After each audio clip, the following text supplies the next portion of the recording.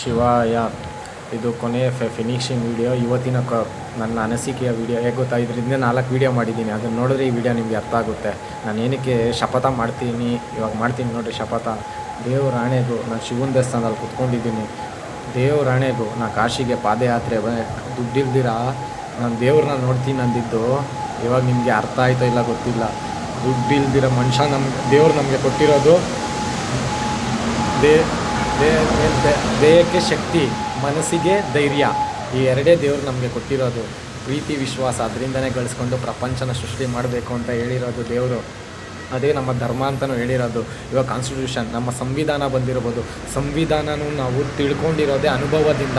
ಅವರು ಬರೆದಿದ್ದು ಸಂವಿಧಾನ ಬರೆದಿದ್ದಾರೆ ಅಂಬೇಡ್ಕರ್ ಅವರು ಅಂದರೆ ಅವರ ಅನುಭವದಿಂದ ಬರೆದಿರೋದು. ನಾನು ಹೇಳ್ತಾ ಇದ್ದೀನಿ ನೋಡ್ರಿ, ನಮ್ಮ ಭಾರತ ದೇಶಕ್ಕೋಸ್ಕರ, ನಮ್ಮ ರಾಜ್ಯಕ್ಕೋಸ್ಕರ, ಸ್ವಾತಂತ್ರ್ಯಕ್ಕೋಸ್ಕರ ಎಷ್ಟು ಜನ ಹೋರಾಡಿ ಸತ್ತಿದ್ದಾರೋ ಗೊತ್ತಿಲ್ಲ. ಅವ್ರಿಗೆಲ್ಲ ನೀವು ಫೋಟೋಗೆ ಹೂನಾರ ಹಾಕ್ಬಿಟ್ಟು, ಸಲ್ಯೂಟ್ ಹೊಡೆದ್ಬಿಟ್ಟು, ಕರ್ಪೂರ ಕಡ್ಡಿ ಹಂಚ್ಬಿಟ್ಟು, ಎಲ್ಲರಿಗೂ ಸ್ವೀಟೋ ಊಟನ ಹಂಚ್ಬಿಟ್ರೆ ಅದು ನಮ್ಮ ಧರ್ಮ ಅಲ್ಲ.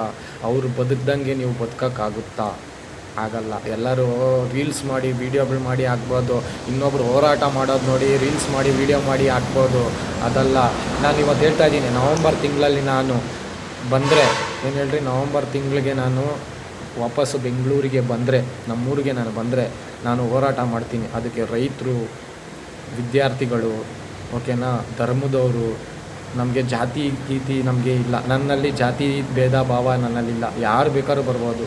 ಒಂದೇ ಒಂದು ಕಾರಣ, ನಮ್ಮಲ್ಲಿರೋ ತಪ್ಪನ್ನ ನಾವು ಹೇಳಬೇಕು. ಅವ್ರೇನು ತಪ್ಪು ಮಾಡ್ತಾಯಿರೋ ತಿದ್ದಿ ನೋಡಿಸ್ಬೇಕು. ನಮ್ಮ ತಪ್ಪುಗಳು ಇಷ್ಟು ವರ್ಷ ನಾವೇನೇನು ಮಾಡಿರೋ ಆ ತಪ್ಪುಗಳನ್ನು ಹೇಳೋಣ.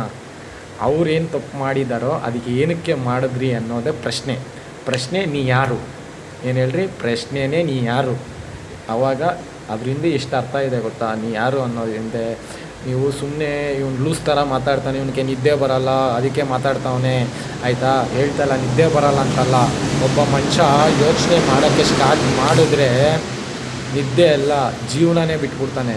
ಯಾಕೆ ಹೇಳೋ, ಕನಸು ಬೀಳೋದಲ್ಲ, ನನಸು ಮಾಡ್ಕೊಳಕ್ಕೆ ಕನಸು ಕಾಣೋದು.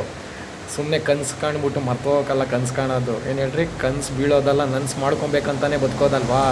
ನನ್ನ ಕನಸು ಏನು ಹೇಳ್ರಿ, ನಮ್ಮ ಹೆಸ್ರನ್ನ ಒಂದು ಚರಿತ್ರೆ ಮಾಡಬೇಕು. ಆ ಚರಿತ್ರೆಯಲ್ಲಿ ನನ್ನ ಹೆಸ್ರು ಇರಬೇಕು ಅನ್ನೋದೇ ನನ್ನ ಆಸೆ. ಆ ಚರಿತ್ರೆ ಎಲ್ಲಿ ಮಾಡಬೇಕು, ನಾವು ಒಬ್ಬರಿಗೆ ಸೇವೆ ಮಾಡೋದಾಗುತ್ತೆ. 5 ಜನಕ್ಕೆ 10 ಜನಕ್ಕೆ ಅಲ್ಲ.